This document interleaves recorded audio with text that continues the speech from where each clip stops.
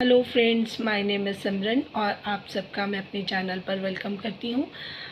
अभी हम एक टॉपिक पे बात कर रहे हैं। उसी को आगे कंटिन्यूटी में मैं लेकर जाना चाहती हूँ ताकि आपको हर एक चीज़ एक तरीके से बिल्कुल ही क्लियर हो जाए, जिसमें आपके कोई डाउट्स ना रहे कि इस चीज़ को समझने में कोई भी नॉर्मल बंदा बिल्कुल सिंपल लैंग्वेज में, सिंपल शब्दावली में मैंने आपको हर चीज़ को एक्सप्लेन करने की कोशिश की है। अब जो टॉपिक है आज का, वो है तंत्र मंत्र और अमावस्या। आप सब लोगों ने, कई लोगों ने सुना भी होगा कि कुछ दिन ऐसे होते हैं जबकि जो ऊर्जा होती है, एनर्जी होती है, वो बहुत हायर होती है। अमावस्या उनमें से एक स्पेशल डे है जिसमें जितनी भी एंटिटीज़ होती हैं या फिर कुछ क्रियाएं होती हैं, वो बहुत जल्दी और ज़्यादा अच्छे तरीके से संपूर्ण होती हैं। तो जितने भी तांत्रिक लोग हैं वो इस दिन को स्पेशल मानते हैं और इसी दिन अपनी जो पाठ पूजा, जो अपनी उन्होंने साधना करनी होती है, वो करते हैं। इसमें जब वो ये साधनाएं करते हैं तब उनका जो कम्युनिकेशन होता है वो परफेक्ट हो जाता है। मतलब साधना का मतलब होता है कि आप जो भी जिनके भी आप जिनको भी अपना आप शक्तियाँ जिनकी आप लेना चाहते हैं या जिनको आप जिनकी साधना कर रहे हैं, वो कोई भी हो सकते हैं, माँ हो सकती हैं, कोई शिव भक्त हो सकते हैं, किसी तरीके से भी। मैक्सिमम लोग वैसे शिव की साधना करते हैं क्योंकि जो तंत्र है उनके ही पाँव से उत्पन्न हुआ था। मैंने पहले भी बता दिया था, तंत्र एक पावरफुल शक्ति है, लेकिन उसका उपयोग करना वो जो सही और गलत दोनों तरीके से लोग करते हैं। और जिसको अगर वो कोई गलत मंशा से करता है तो उसका भी फल उसको मिलता है, उसका भी उसको भुगतान करना ही पड़ता है, यहाँ पर भी और वहाँ पर भी। बट जो रेगुलर साधना करते हैं वो कुछ रिचुअल्स और भी करते हैं जिसकी वजह से वो इस चीज़ में महारत हासिल ज़रूर कर लेते हैं। तो अभी जो मेरा मकसद है वो जन कल्याण है, जिसके लिए मैं आप लोगों को अवेयरनेस के लिए इस टॉपिक पे बात करी हूँ। मुझे इसकी डेप्थ में ना मैं गई, ना मुझे जाना है। मुझे जितना ही डिवाइन का मैसेज है, मैं उतना ही स्पिरिचुअल वे से आपको उतना गाइड कर दूँगी, क्योंकि मेरा पर्पज़ उस चीज़ में जाना, इन्वॉल्वमेंट अपनी रखना बिल्कुल भी नहीं है, क्योंकि मैं उस लाइन में नहीं हूँ। अब बात करते हैं कि ये जो साधनाएं होती हैं वो किस किस दिन पे ज़्यादा पावरफुल होती हैं। ज़्यादा पावरफुल होती हैं अमावस्या के लिए दिन। तो अमावस्या के दिन जो एंटिटीज़ होती हैं वो भी बहुत हैवी हो जाती हैं। अगर किसी ने किसी के ऊपर कोई चीज़ छोड़ी है, कोई क्रिया करी है, तो उसका जो असर होता है वो आपको ज़रूर दिखाई देगा। जिनको एक चेक भी कर सकते हैं, जैसे कल भी अमावस्या थी, तो लेटेस्ट आपको याद रहेगा। आप चाहे कुछ अपने दिन जो डेली जिनको लग रहा है कि हमारे घर में इस तरीके से कोई प्रॉब्लम है या नहीं है, चेक करना है, तो आप ना डायरी पर 100 डेज़ लिख लें और उन 100 डेज़ में आपके साथ किस किस दिन ज़्यादा गुस्सा आया, कम गुस्सा आया, या कौन कौन सी घटनाएं ज़्यादा घटी, कम घटी, वो आप नोटिस करते रहो। 3 महीनों में आपको पता चल जाएगा कि कौन सी ऐसी 3 तारीख है जब आपको ज़्यादा डिस्टर्बेंस हुई। आप अमावस्या को चेक करेंगे तो सबसे ज़्यादा जो आपके घर में कलह है, आपके घर में पारिवारिक जो झगड़े हैं वो, और जो आपको ज़्यादा गुस्सा बढ़ जाना या आपको ज़्यादा डर लगना, सपने में डरना, ऐसी चीज़ें आपको अमावस्या के दिन ज़्यादा फील होंगी। आप ये खुद भी एक्सपेरिमेंट करके देख सकते हैं। आपको पता चल जाएगा कि किस किस दिन में हमारे ऊपर ज़्यादा असर होता है, ज़्यादा प्रभाव होता है, ज़्यादा हमारे जो ऐसी एनर्जीज़ हैं हमें ज़्यादा हम पर अटैक करती हैं। तो ये चीज़ें आप खुद भी नोटिस कर लेंगे, तब आपको कंफर्म भी हो जाएगा कि हम इन चीज़ों से प्रभावित हैं भी या नहीं है। ठीक है जी।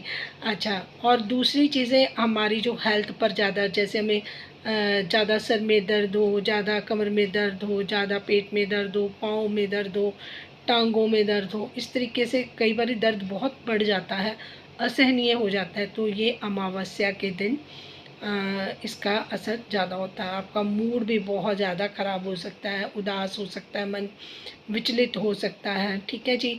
और घर में बिना बात के भी कलह हो सकता है, क्लेश बढ़ सकता है, क्योंकि ये जो आपके ऊपर क्रियाएं की होती हैं उसका असर इस दिन आपको ज़्यादा देखने को मिलता है।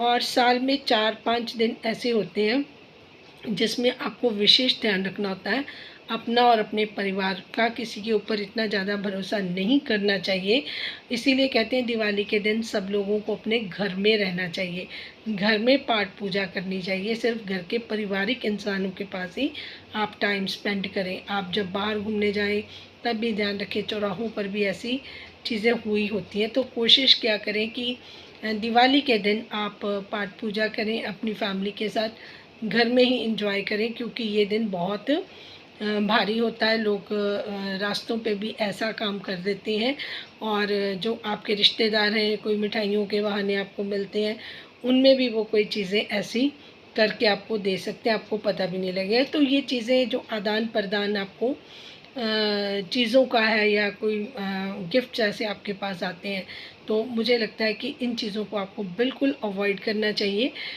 इस चीज़ को आपको बिल्कुल भी अपने घर में दिवाली को एज़ गिफ्ट भी नहीं लेना चाहिए जिन पे आपको थोड़ा बहुत भी डाउट हो। मुझे तो ये मैंने अपने एक्सपीरियंस से देखा है, बहुत केसेस देखे हैं, उनमें बहुत सारी चीज़ें मेरे को समझ आई हैं, तो इन चीज़ों के बारे में मैं इसलिए आपको बता पा रही हूँ। तीसरा एक दिन होता है, एक तो अमावस्या हो गया, एक दिवाली हो गई, एक हो गया जब ये जन्माष्टमी होती है कृष्ण जी की, उस दिन भी आपको काफ़ी संभल के रहना चाहिए, क्योंकि उस दिन की ऊर्जा बहुत ज़्यादा होती है, तो ये साधनाएं उस दिन भी बहुत ज़्यादा की जाती हैं। इसके अलावा जब शिवरात्रि होती है, जब शिव का विवाह होता है, तब ये ऊर्जा बहुत ज़्यादा बड़ी होती है, तब भी कम्युनिकेशन बहुत जल्दी बेहतरीन करने के लिए ये साधनाएं की जाती हैं, क्योंकि उस दिन सुनवाई जल्दी और ज़्यादा होती है, और उनके जो प्रोसेस है वो काफ़ी फास्ट हो जाते हैं। तो इस चीज़ को कोई भी जो बड़े तांत्रिक हैं, ये दिनों को वो कभी नहीं छोड़ते, तो जो भी क्रियाएं होती हैं मैक्सिमम इस दिन होती है, तो इन दिनों में हमें थोड़ा सा संभल कर रहना चाहिए। जैसे जन्माष्टमी है, तो आप सुबह उठकर ही अपने घर में पाठ पूजा करने के बाद एक चीटा लगा दें, गूगल चला दें, और पूरे घर में कोई मंत्र जाप कर लें, मतलब अपनी प्रोटेक्शन आप खुद करें, है ना। और इसके अलावा जब भी ये शिवरात्रि है, तो आप गंगा जल जो भी है वो छिड़क सकते हैं घर में, और शिवलिंग पे आप कच्चा दूध वगैरह चढ़ा कर आएँ, और अपने परिवार के लिए आप प्रार्थना करके आ सकते हैं। फिर उसके बाद है होली। होली भी एक ऐसा दिन है, जब होलिका दहन हुआ था, तो ये भी बहुत हाई एनर्जी वाला दिन होता है, तो इस दिन पे भी बहुत सारी क्रियाएं की जाती हैं।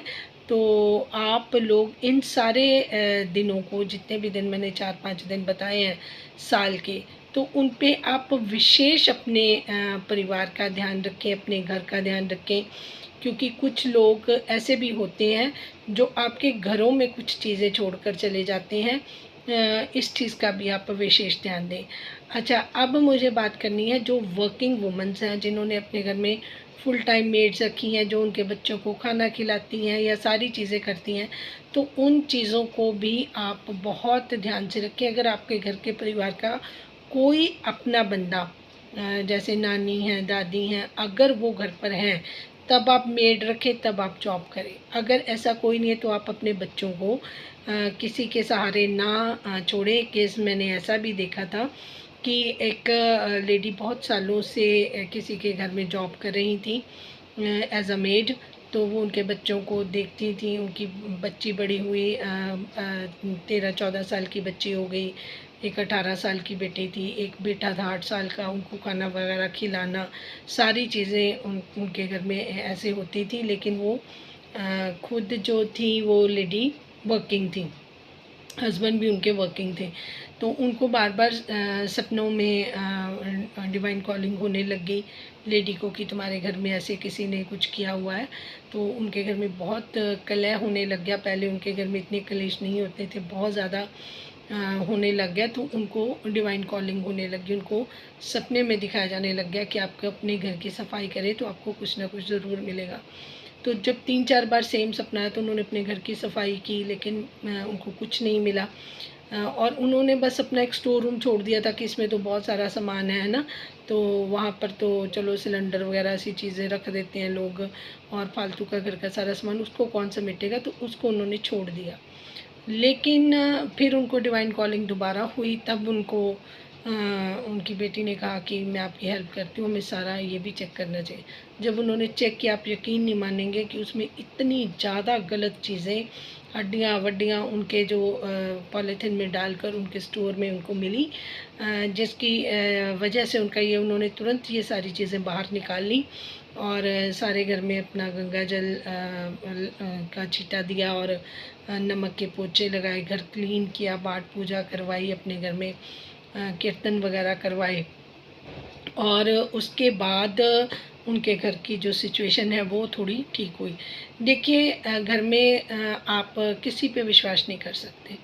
आपके बच्चे हैं, आप एज अ मदर हैं, आपकी रिस्पॉन्सिबिलिटी है। आप ये सोचें कि मेरी बहन, मेरा कोई और रिश्ता, मेरी जो नौकरानी, चाहे आपने उसको जितना मर्जी दिया हो, लेकिन इन किसी पे भी आप भरोसा नहीं कर सकते, क्योंकि वो आपके बच्चों को खाना भी उन्होंने देना है। अगर वो कुछ आपने आप नहीं है, आपके बिना वो उनको कुछ खाने में भी दे दें तो आपको नहीं पता चलेगा, ठीक है ना, कि उनके वो हेल्थ क्यों ख़राब हो रही है, वो क्यों इस तरीके से इतने कमज़ोर होते जा रहे हैं। तो इन चीज़ों का आपको नहीं पता चलेगा। तो ये चीज़ आपको ज़रूर देखनी चाहिए कि आजकल इन चीज़ों का बहुत चलन हो गया है। बहुत लोग अपनी प्रॉब्लम्स दूर करने के लिए दूसरों के ऊपर ये चीज़ें कर रहे हैं। ये बहुत गलत बात है, लेकिन अवेयरनेस जितनी ज़्यादा होगी और जितने हम अलर्ट होंगे, इन ये जो करने वाले लोग हैं वो थोड़े से वो भी हो जाएंगे। तो उन्होंने अपने घर में हर एक स्टोर तक में उन्होंने सीसीटीवी कैमरा किस तरीके से अरेंजमेंट करी कि पूरे घर की उनको गतिविधियाँ दिख जाएँ। बट आप कितना टाइम, कुछ टाइम आप अगर बाहर काम करने के लिए हो तो आप सारा दिन उसको नहीं वॉच कर सकते। अगर आप 10 दिन करोगे, 11वें दिन आप में हिम्मत भी नहीं रहेगी। तो ये सारी चीज़ें हैं जिनको हमें कंट्रोल बिल्कुल ज़रूर करना चाहिए। और अब इसके जो सॉल्यूशन है उसके बारे में बात करूँगी। मुझे लगता है ये जितनी जानकारी मुझे देनी चाहिए थी आपको मैंने दे दी है। अब आपके हाथ में है कि आप अपना और अपने परिवार का किस तरीके से ध्यान रख सकते हैं। देखिए, अब जो सॉल्यूशन है वो आपके ही हाथ में है। देखिए, जो ध्वनियाँ होती हैं, जैसे भगवान के हाथ में त्रिशूल भी है और डमरू भी है, ठीक है। त्रिशूल भी एक प्रतीक है कि अगर कोई भी ऐसा गलत काम करता है या कोई ऐसी चीज़ें करता है तो उसको उनके हाथ में ऐसा शस्त्र है कि जिससे वो उसका खात्मा कर सकते हैं, ठीक है जी। फिर उनके हाथ में डमरू भी है। डमरू की ध्वनि है जो वो जिसमें से सारा संसार उनको समझ आता है, जिससे सारा संसार की उनकी जो वाइब्रेशन है, उस डमरू को जब वो बजाते थे तो उनको वो सारी वाइब्रेशन सुनती थी। वो बैलेंस्ड का एक प्रतीक माना जाता है। जैसे जो शिव हैं उनके पास डिस्ट्रक्शन भी है, और जो शिव हैं वो उत्पन्न भी कर रहे हैं, वो डिस्ट्रॉय भी कर रहे हैं। कहते हैं उनका तीसरा नेत्र जो है वो इसीलिए है। तीसरा नेत्र का मतलब है उनकी जो शक्ति है, जो उनको इंट्यूशन पावर जिसको बोल सकते हैं हम, कि वो उनका जो त्रिनेत्र है वो उनमें सारी जानकारियाँ होती हैं। उनको जो पहले होना है, फ्यूचर में होना है, जो प्रेजेंट में होना है, पास्ट का, सबका उनको बिल्कुल अपने तरीके से पता होता है। हमें जो नहीं पता वो उनको पता होता है कि पास्ट में इसने पिछले जन्म में ये किया था, प्रेजेंट इसका ऐसे चल रहा है और फ्यूचर में इसको ये होना है। तो वो हमें नहीं पता, वो भगवान को तो सब कुछ पता है।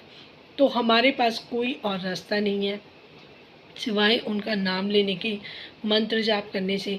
जो भी आपको इजी लगे, जो सिख फैमिली के हैं वो वाहेगुरु वाहिगुरु कर सकते हैं, उनका मंत्र जाप ये है। मुस्लिम अल्लाह अकबर कर सकते हैं, और जो हिंदू धर्म सनातन धर्म से हैं वो ओम नमः शिवाय का जितना जाप करेंगे, शिव उनके कष्ट उतने ही, मतलब पता भी नहीं चलता, जैसे धुआं उड़ता है वो वैसे उड़ा देते हैं।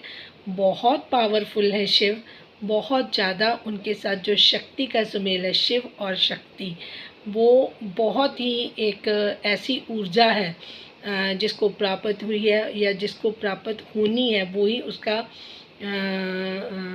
उसको जान सकता है, उसकी अनुभूति कर सकता है। क्योंकि एक्सप्लेन करना ऐसे सुख को मुझे नहीं लगता कि उसको किस तरीके से किया जा सकता है, या हम इनकी प्रेज़ करें, इनकी प्रशंसा करें जो आप समझ रहे हैं।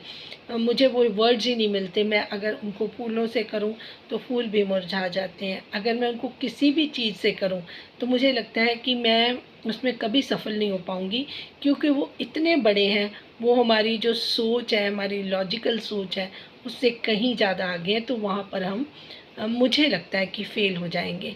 तो वो ट्राई नहीं करती हूँ, सिर्फ ग्रेटफुल रहती हूँ, थैंकफुल रहती हूँ कि उन्होंने हमें इस लायक समझा कि हम जन कल्याण में कुछ एक बूंद का भी हिस्सा डाल सकें, लोगों को अवेयर कर सकें, लोगों को इन चीज़ों के बारे में बता सकें। अगर कुछ लोग अलर्ट होते हैं, इन चीज़ों से बच जाते हैं, तो वही हमारा जो कर्मा बन जाएगा। आपकी ब्लेसिंग्स मैं इसलिए मांगना चाहती हूँ आज कि मैं इसी तरीके से निरंतर आप लोगों की जो मुझे डिवाइन के मैसेजेस रिसीव होते हैं, मैं ऐसे ही आप लोगों को डिलीवर करती रहूँ।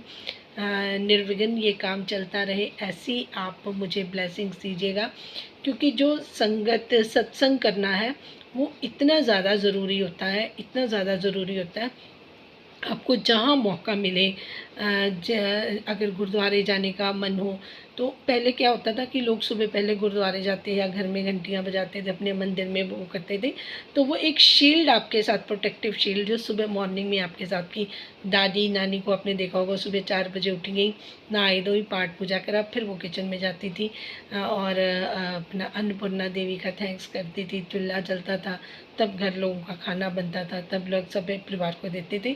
चाहे वो एक ही लेडी होती थी घर की जो सबसे सुबह पहले जल्दी उठकर करती थी, और वही चीज़ें हमें दोबारा से करनी बहुत ज़रूरी है। और इवनिंग में भी आरती होती थी, पूरे दिन का जो ग्रेटफुल होना था, थैंक्स, हमारे घर में सब जो ठीक होता था उसके लिए शाम को आरती की जाती थी। तो आपके पास जितना भी टाइम हो, आप 4 बजे नहीं उठ सकते, आप जितने बजे उठते हो, सुबह ब्रश करके उठकर जो भी अपना दिनचर्या करके, आपको अगर नहाए भी नहीं है, हाथ मुंह धोकर ही गुजारा करें, आप अपने मंदिर में जाएं, ग्रेटफुल हो, थैंक्स करें, प्रेयर करें, है ना, कि हमें ये जो दिन आपने दिया वो बहुत अच्छा जाए। पूरे परिवार के लिए आप प्रेयर करें और उनकी ब्लेसिंग्स लें। इसी तरह ब्लेसिंग्स लेके पूरा दिन स्टार्ट करें, और इवनिंग में जब सब घर में सब कुछ ठीक है तो उनका शुक्रिया अदा कर दें। रात को सोते हुए उनका शुक्रिया अदा करें, सुबह उठते हुए उनका थैंकफुल करें। करने में कुछ नहीं जाता है, भगवान आपने हमें बहुत अच्छा दिन दिया, इस जो हमने दिन बताया इसमें सारी चीज़ें हमारी ठीक रही हैं, उसके लिए आपका शुक्रिया। जो चीज़ का आपको प्रॉब्लम आई उसके लिए आप प्रार्थना कर सकते हैं, बस इतना ही करना है। आप धीरे धीरे करते रहेंगे, आपको एक हैबिट हो जाएगी, आप हैबिचुअल हो जाओगे, और आपके कनेक्शन जो हैं वो गॉड के साथ बनने शुरू हो जाएंगे, उनकी ब्लेसिंग्स आपके घर तक आनी शुरू हो जाएंगी। फिर ये तंत्र मंत्र जो भी है ये आप पर इफ़ेक्ट नहीं करते। जिन घर में पाठ पूजा होती है, जहाँ बड़ों का आशीर्वाद मिलता रहता है, वहाँ पर ये चीज़ें नहीं आती हैं। जो आजकल के लोग हैं जिन्होंने ये सारा मॉडर्निज़्म के चक्कर में लेट नाइट सोना, लेट उठना, फिर हड़बड़ाहट में किचन में भागना, फिर ये सारी चीज़ें करनी, मुझे लगता है कि ये हम सबको चाहिए कि इन चीज़ों को अब हम इम्प्रूव करें, और जो पुरानी चीज़ें हैं वो हम करनी शुरू कर दें। पहले अर्दन पॉट्स में जो मिट्टी के बर्तन होते हैं उनमें बनाया जाता था, दही पानी रखा जाता था, और वो हमारी कई बीमारियों को दूर कर देता था। सुबह उठकर ब्रशिंग से पहले 1 गिलास पानी पीना हम कहते हैं बहुत ज़रूरी है। जो हमारे अंदर मुंह के अंदर जो सलाइवा होता है उसमें भी इतनी पावर होती है, अगर पानी के साथ वो मारे जाए तो अंदर हमारे शरीर के कई कीटाणुओं का कई जर्म्स का वो खात्मा कर सकते हैं। तो ऐसी छोटी छोटी जो हैबिट्स हमने बिल्कुल छोड़ दी थी वो हम कर सकते हैं। जैसे वो एक दातुन का उन्होंने पहले रखा होता, वंस इन अ वीक आप उसको भी कर सकते हैं। और अपनी ब्यूटी इन्हेंस करने के लिए आप बेसन, हल्दी, कच्चा दूध दही के साथ इस्तेमाल कर सकते हैं। ये चीज़ें साथ साथ अगर आप करते रहेंगे, कोई भी चीज़ आप करते रहेंगे जो नेचुरल है, ठीक है जी, और लाइट खाना खाएंगे, मेडिटेशन अगर आप कर सकते हैं बहुत अच्छी बात है, उसको धीरे धीरे बढ़ा सकते हैं वो बहुत अच्छी बात है। लेकिन अगर हम जितना मैंने पहले बताया उतना भी कर लेंगे ना तो हम बैलेंस होने लग जाएंगे। हमारी जो बॉडी के साथ हमारी सोल है वो एनलाइटमेंट उनकी होनी शुरू हो जाएगी। अगर ये बॉडी और सोल अलाइन हो जाएंगे, ठीक है ना जी, फिर हमारी जो 99% है प्रॉब्लम्स हैं सॉल्व हो जाएंगी। और जब हमारा ऑरा इंक्रीज़ हो जाएगा ये सारी चीज़ें करने में, हमारी जो विल पावर है वो स्ट्रांग हो जाएगी, फिर ये एंटिटी या ऐसी चीज़ें जो आगे पीछे वाली हैं वो अटैक ही नहीं कर पाती, क्योंकि आपका ऑरा इतना स्ट्रांग होता है वो पास से क्रॉस कर जाती हैं लेकिन वो आपके ऊपर अटैक नहीं कर पाती। तो जिन लोगों को मेरी इन सारी बातें समझ आई हैं और जो बिलीव कर रहे हैं वो इन सारी चीज़ों को ज़रूर आजमा कर देखें।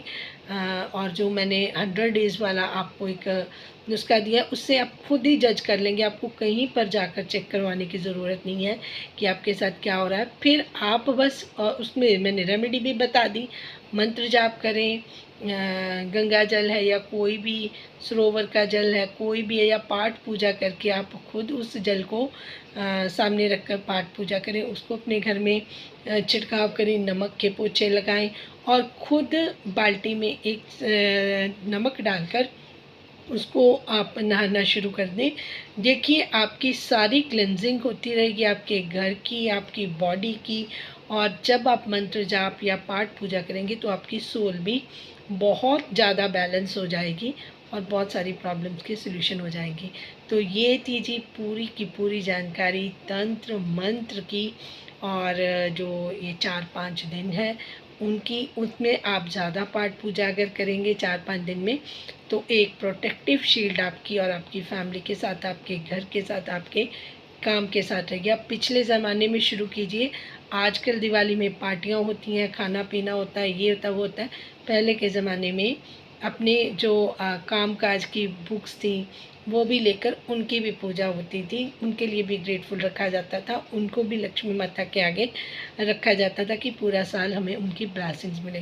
वो सारी चीज़ें हमने धीरे धीरे धीरे धीरे करके छोड़ दी हैं। मुझे नहीं पता कि ऐसा क्यों है।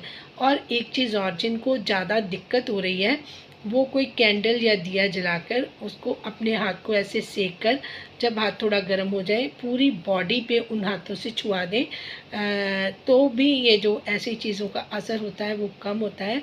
क्योंकि अग्नि में भी बहुत एनर्जी होती है, वो इन चीज़ों को ऐसी चीज़ें अग्नि की जो ताप है उसको नहीं बर्दाश्त कर सकती। ये सारी रेमेडीज़ करके आप अपने आप को हेल्दी वेल्दी रख सकते हैं और इन सारे प्रभावों से बच सकते हैं।